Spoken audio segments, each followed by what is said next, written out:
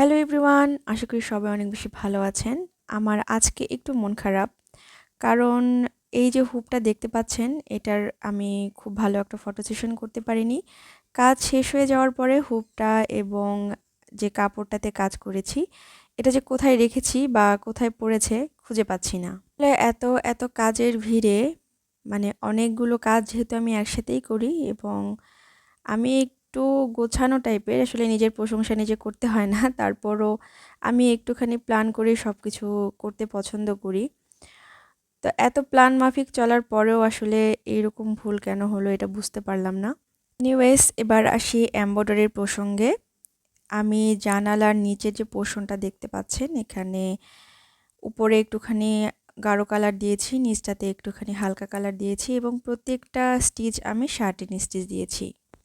শুধু এই অংশটাতে আমি ফ্রেঞ্চ নট দিলাম, কারণ এখানে একটু গোল গোল টাইপের মোটিভ আছে, তো এগুলোকে সুন্দর করে যাতে ফুটে তোলা যায় এই জন্য এখানে আমি ভেবেছি যে ফ্রেঞ্চ নটটা দিলেই অনেক বেশি ফুটবে। তো ফ্রেঞ্চ নটটা কিভাবে দিতে হয় এখানে স্লো মোডে দিয়েছি, আপনাদের যারা আগ্রহ আছে তারা শিখে নিতে পারবেন।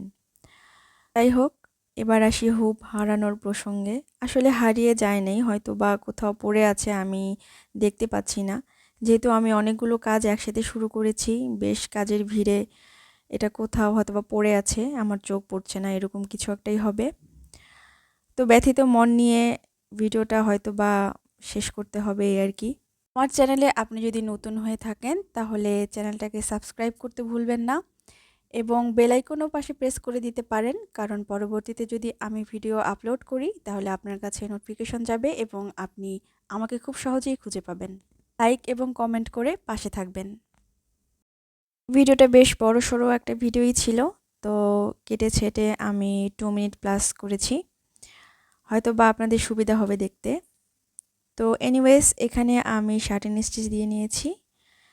শার্টিন স্টিচটা অনেক সহজভাবে দেখানোর চেষ্টা করেছি। আশা করি ভিডিওটা আপনাদের অনেক বেশি ভালো লেগেছে।